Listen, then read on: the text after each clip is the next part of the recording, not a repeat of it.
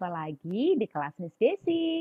Hari ini kita akan belajar di tema 8 di kelas 4, yaitu tentang teks fiksi. Masih ingat nggak kalian tentang teks fiksi ini? Mari kita pelajari. Apa itu teks fiksi atau cerita fiksi ya? Cerita fiksi atau teks fiksi adalah cerita yang berisi kisah atau cerita yang dibuat berdasarkan hayalan atau imaji penulis. Kemudian, ciri-cirinya bagaimana ya cerita fiksi itu? Yang pertama, cerita berdasarkan rekaan atau tidak fakta atau tidak nyata.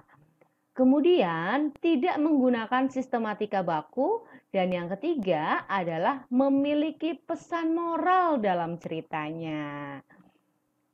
Kemudian, apa saja teks fiksi itu? Ada cerita rakyat, kemudian ada cerita pendek, ada cerita anak, ada juga novel. Mana yang pernah kalian baca dari keempat contoh teks fiksi ini? Pasti banyak ya. Selanjutnya, kita akan pelajari bahwa cerita rakyat itu ada banyak. Nggak hanya ada satu saja.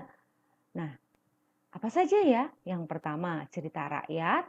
Jenisnya ada dongeng, kemudian ada legenda, ada fabel, ada mite, ada sage, dan ada yang dinamakan cerita jenaka.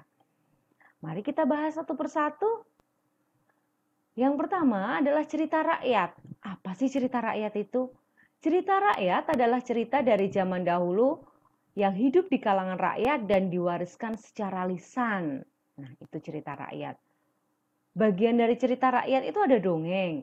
Apa itu dongeng?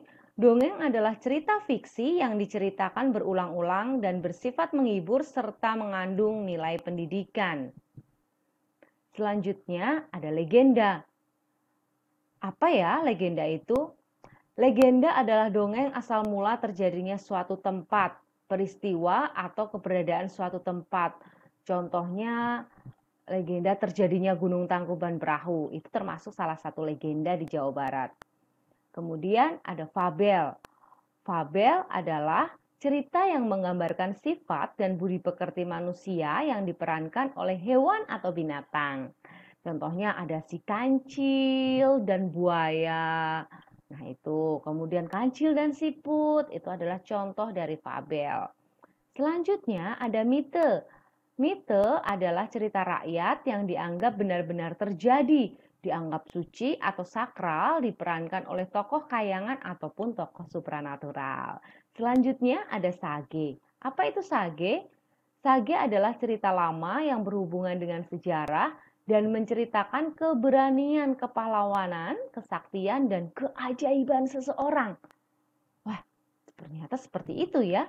Selanjutnya dari cerita rakyat adalah cerita jenaka. Nih, cerita jenaka adalah cerita penghibur yang membangkitkan tawa, jenaka, keriangan, bahkan di dalamnya juga bisa mengandung sindiran.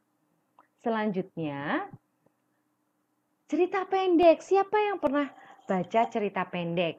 Biasanya ada di majalah, di koran juga ada sering tentang cerita pendek tersebut. Cerita pendek atau biasa disebut dengan cerpen adalah cerita singkat atau pendek. Biasanya dalam cerpen itu memusatkan pada satu tokoh dalam satu situasi dan panjang ceritanya kurang dari 10.000 kata. Selanjutnya adalah novel. Novel adalah karangan prosa yang panjang mengandung rangkaian cerita kehidupan seseorang dengan sekelilingnya dengan menonjolkan watak dan sifat setiap pelaku. Nah, novel apa yang pernah paling kalian suka? Pernah membaca novel Laskar Pelangi? Itu adalah salah satu novel ya. Bagus sekali ceritanya. Selanjutnya, dalam cerita fiksi terdapat tokoh dan amanat. Tokoh adalah pelaku dalam cerita. Kemudian, nih, di dalam tokoh, cerita itu tidak hanya diperankan oleh manusia saja, tetapi bisa juga diperankan oleh hewan, tumbuhan, atau benda tak hidup. Selanjutnya ada juga amanat. Amanat adalah pesan moral yang terkandung dalam sebuah cerita. Selanjutnya, ada tokoh-tokoh dalam teks fiksi. Itu dibagi menjadi 3. Yang pertama ada tokoh protagonis, kemudian ada tokoh antagonis, dan yang ketiga adalah tokoh tritagonis. Tokoh protagonis itu apa ya? Tokoh protagonis adalah tokoh utamanya yang mendukung cerita. Dia menjadi tokoh utama. Biasanya hadir dalam setiap rangkaian cerita dari awal, kemudian di tengah, kemudian sampai akhir ceritanya dia ada. Biasanya tokoh protagonis ini adalah tokoh yang bersifat baik, kemudian dermawan, bisa jujur, pemaaf, pokoknya sifat yang baik itu biasanya ada di tokoh protagonis. Selanjutnya, tokoh antagonis. Tokoh antagonis ini adalah tokoh yang menjadi penentang atau lawan dari tokoh utama dalam sebuah cerita. Biasanya tokoh antagonis ini sifat atau wataknya kebalikan dari tokoh protagonis. Misalnya kurang baik, pembohong, sombong, kikir, ya, dan masih banyak lagi. Selanjutnya, tokoh tritagonis. Ini apa sih tokoh tritagonis? Tokoh tritagonis adalah tokoh pembantu atau penengah dalam cerita. Tokoh ini berperan sebagai tokoh penengah, baik itu dalam penengah tokoh protagonis atau antagonis. Tokoh tritagonis ini disebut juga dengan tokoh tambahan. Nah, begitu sedikit review untuk tema 8 tentang teks fiksi.